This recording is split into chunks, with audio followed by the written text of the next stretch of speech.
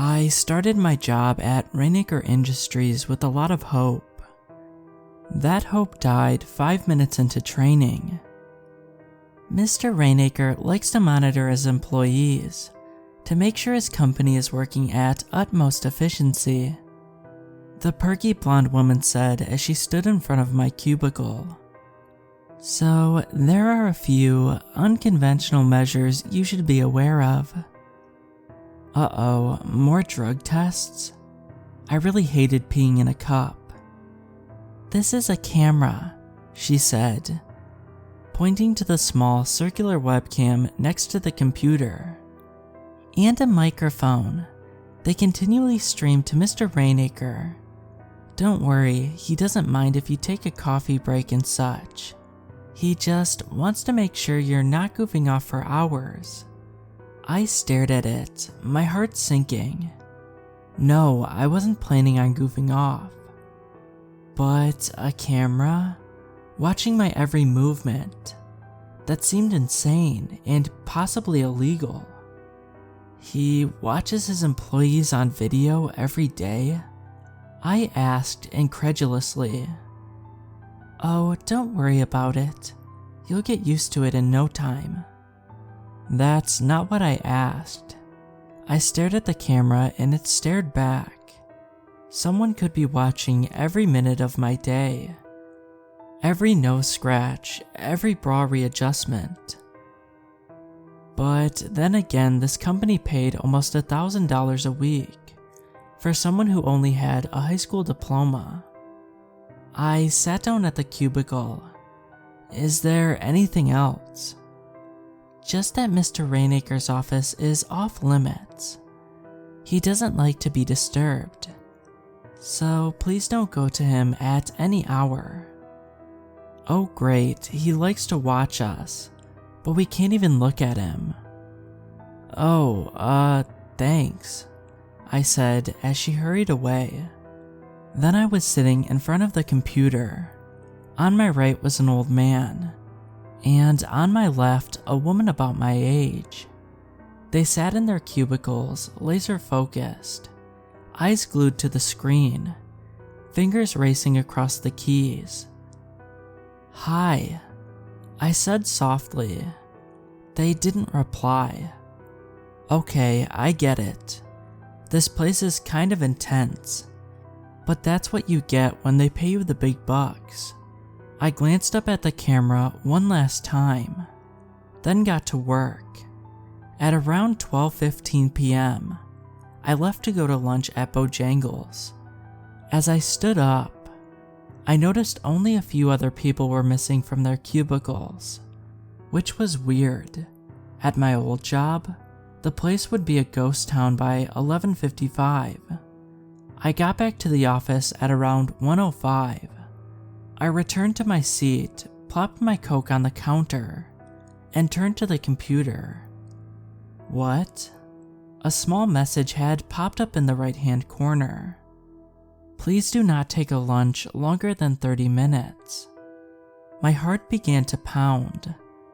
I turned around as if I expected someone to be standing there, watching every move over my shoulder. But there was no one there, of course. Just the camera, always watching. I leaned towards the woman next to me. Hey, did you know about the lunch rule? Without looking at me, she replied, Most of us do protein shakes. There's a vending machine by the bathrooms. She lifted a white bottle that said soy something on the front, took a sip and placed it back down, while still typing with her left hand. Really? That sucks, man. Things are strict around here. That's when she finally took her eyes off the screen. She stared at me long and hard, and then whispered, Don't say that. Why not? Just don't. Then she turned back to her computer and continued typing. Weirdo. I spent the rest of the afternoon working hard on that spreadsheet.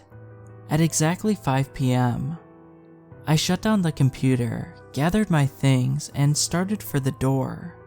Most of the other employees were still hard at work, but I didn't care. My brain was fried. As I walked towards the elevator, I passed Mr. Rainacre's office. Through the frosted glass, I could see his blurry silhouette in the computer chair. From what I could see, he was an average white man with dark hair and a black suit. He didn't look up at me as I passed by. I walked into the elevator looking forward to a meal that I could spend more than 30 minutes on. The next morning, around 10, I decided to take a coffee break. The break room was small but clean. A pot of fresh coffee sat in the coffee maker, and I poured myself a cup. As I grabbed a few creamers, I heard a voice behind me. "You're the new hire, aren't you?" A tall woman with a husky voice stood there, wearing a skirt that looked about 2 sizes too small. She looked me over, and then broke into a smile. "I'm Becky," she said, extending a hand. "I'm Stella," I said, swirling cream into the coffee. "How do you like it here so far?" "Well, it's actually kind of intense." She shook her head, then pointedly stared at a spot above my shoulder. I turned around. There was another camera. I was about to go for a smoke break. "Want a cigarette?" "Oh, I don't." She grabbed my hand and squeezed it so tight that it hurt. "Yes, you do. Come on." We made our way out of the building to the entryway in front. The cold wind swept through, numbing me to the core. She pulled out a cigarette and lit it. Then she pivoted away into a recessed alcove in the brick and threw the cigarette on the ground. "What are you?" "This is a blind spot," she said, stomping it out with her heel. "The only place in the whole damned compound that isn't visible from the cameras." "Can't they hear us?" I asked as I joined her. "Not really. The nearest camera is all the way back there. We should still keep it down though." She lit another cigarette, let the smoke trail off in the wind, and then stomped it out. "Listen, kid. Get out while you still can. You're young, single, no kids, right? You don't need this money. I'm only still here 'cause I have 3 kids to feed." "I actually do have a kid, a 2-year-old son. I'm a single mom." "That's rough," she said. "But I'm telling you, this job isn't worth it. Leave and never look back." With that, she walked past me and headed back into the building. By the time I made my way in, she was already gone. I should have heeded her warning. I should have trusted her. But the dream of keeping Ryan in a good daycare and being able to afford toys and art supplies and all kinds of things for him was too tempting. That day for lunch, I bought one of those awful soy drinks.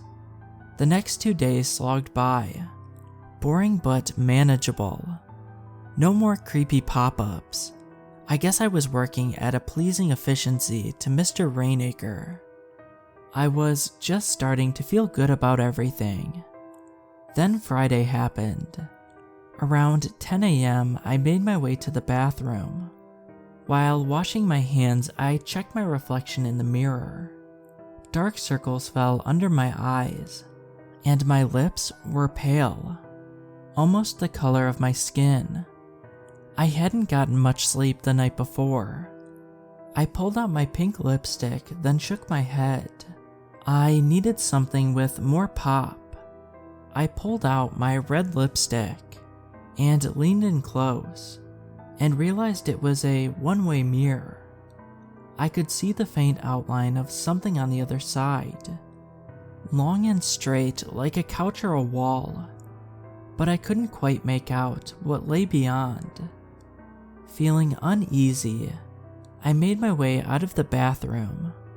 The clacking of keys once again filled the air, and I took a seat in front of the computer. I'd only been working on the spreadsheet for a few minutes when I got the notification. Red lipstick is prohibited in the workplace. I froze. Someone was watching me. Had someone been standing on the other side of that one-way mirror? Or did they just now see on the webcam? Was he watching me right now from his computer? Hand shaking, I grabbed a tissue and wiped the lipstick off. I waited, wondering if I'd get another message. Instead, the message just disappeared after a few seconds. That day crawled by at a snail's pace. Every few minutes, I found myself glancing at the webcam, wondering if I was being watched. There were at least 50 other employees. How could he be watching each one at the same time? Didn't he have his own work to get done?